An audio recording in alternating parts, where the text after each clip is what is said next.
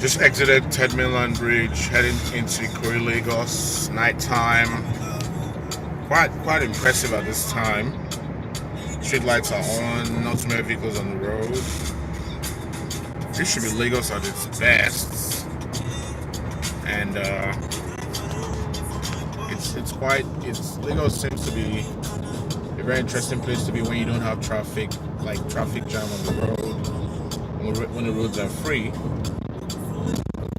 when the street lights are on. So it's much improved compared to what we had a couple of years back, 5 years ago. My road trip to Nigeria, my road trip around Lagos, started from the airport. Right now, we're heading to the island. Also, I see there's impressive advertising billboards,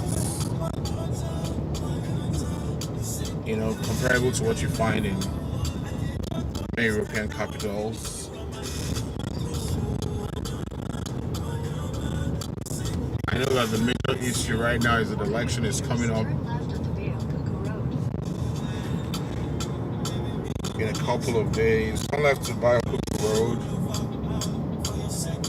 and so that's what's really hitting up right now. Lots of posters of politicians on the road. Election is coming up in a couple of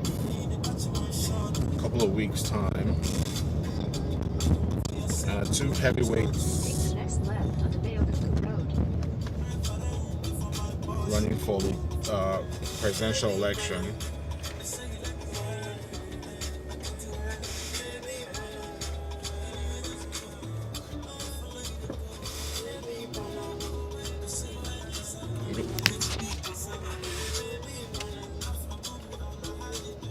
The results will be very interesting. You have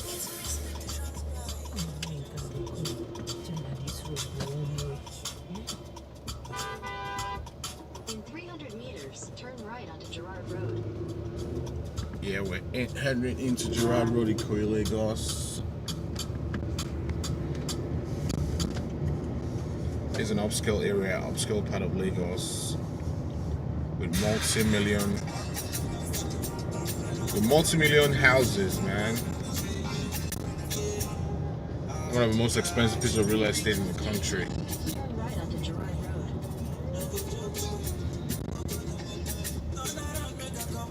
Ikoyi was a settlement that was created by the British, but it still remains a thriving, upscale part of Lagos State. It's one of the most expensive houses in the country found here, and it still maintains a semblance of organization, cleanliness, large buildings, large compounds, trees, less crowded, less people around in the streets.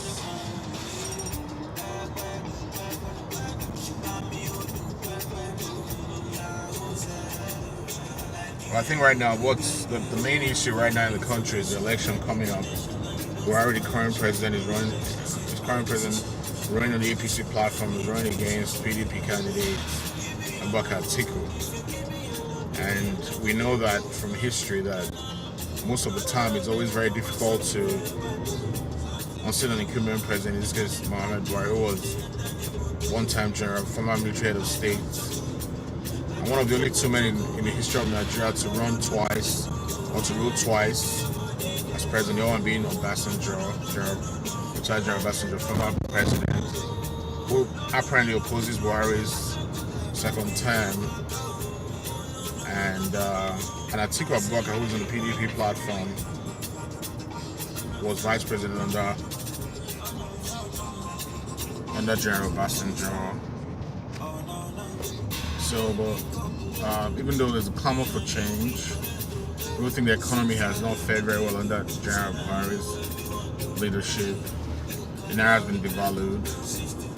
Inflation remains a problem.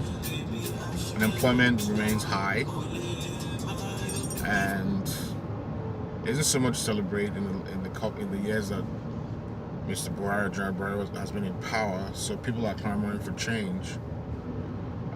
Some people see Abokatiko as a more pragmatic person who understands economics, who understands private business, and they think that, given the choices that Nigerians have,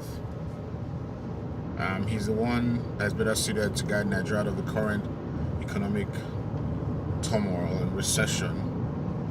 And also remember that there's still the issue of the militants in the northeast. They haven't been routed completely, even though General Buhari promised to be able to get them out of, to knock them out, but that hasn't happened, and people are still worried about the security situation in Nigeria. So that's the background on which the election is taking place. In the next couple of weeks, we know the result, but I do believe that it's hard to defeat an incumbent president because they control the machinery of states, and as a result, they could use state apparatus to undermine their opponents. And in the history of this country, there's not been any incumbent president that voluntarily relinquished power. Shagari ruled twice. I mean, he won a second term, even though it was largely contested. Obasanjo had 2 terms. General Gowon stayed in power for as long as it was possible before he was ousted. General Babangida stayed in power for 8 years, never wanted to step down. So there's a history of incumbents not wanting to step down. The only incumbent that I remember, although the first time Obasanjo was head of state, he had to step down because there had been a plan by General Mohammed to turn over power to civilians. But Jonathan had to step down at a point because of the pressures from the House of Fulani oligarchy, even though he supposedly had a second term, so because he had to complete Rajoa's first term.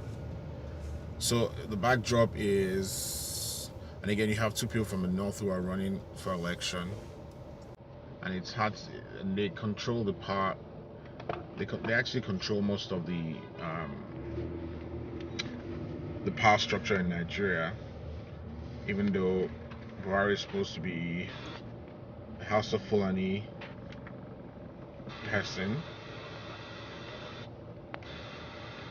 and Atiku Abubakar is from the northeast. It's hard to imagine there will be any kind of upheaval from any of them losing the election. So very, very likely that Buhari stays, but we'll see how it goes. We're about to head into Ikoyi right now, trying to head into Victoria Island, Lagos. It is Lake you. And there appears to be a little bit of traffic around here. There's a toll road. Most of the toll roads were set up by former Lagos Governor. Former Lagos Governor Tinubu, who is a powerful power broker in Nigeria today, one of the most influential men in the ruling party. And the toll roads hopefully are supposed to be used to maintain the roads, but that's not always the case if you look at the fact that most of the roads still remain not properly maintained. So right now this is a toll road. I'm saying this is the Lekki Ikoyi toll road. That's where we're going right now. I'm kind of impressed that street lights are on. I think there's been some improvements in power generation, but I think Nigeria would do well to also look into solar power, especially for areas like rural parts of town.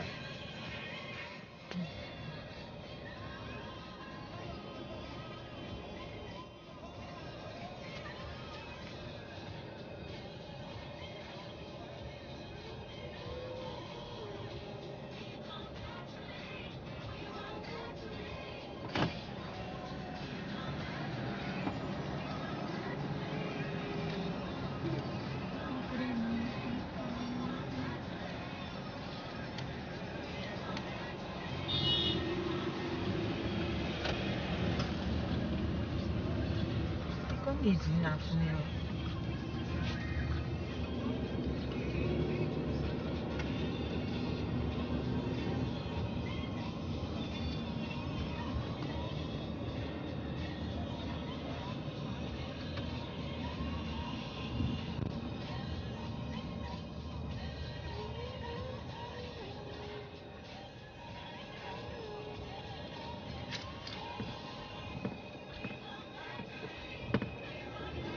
This is a Lekki Koi roundabout, as they call it.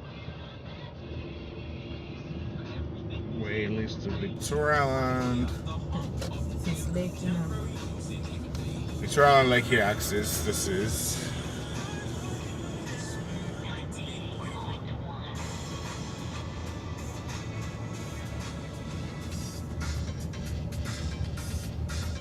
Alright guys, we're just coming into Lekki, Lagos, an upscale area part of Lagos. And phase 1 is where we're right now. And an upscale neighborhood, if you ask me too. Lots of upscale houses, upscale apartments and buildings, and some of the financial institutions as well. So we're in Lekki, Lagos, guys. So this is my travel log into Lagos, Nigeria's commercial capital, Africa's largest economy. This is my road trip in Lagos, and guys, just watch out for my travel log, my travel videos, especially my travel in Nigeria and across parts of the world. So guys, just watch them. Let me know your comments and subscribe. I know in the next couple of months we'll be doing more detailed, incisive investigative reports of our travel destinations. But right now, this is just like a quick view of what we see as we make our way around the city. So guys, it's a Thursday evening. I'm glad to be in Lagos, a city I lived in for over 20 years before I left. Glad to be here. So guys, always watch out for my videos, subscribe and make a comment. Watch out for the next video on my travels in Lagos, Nigeria. Thank you.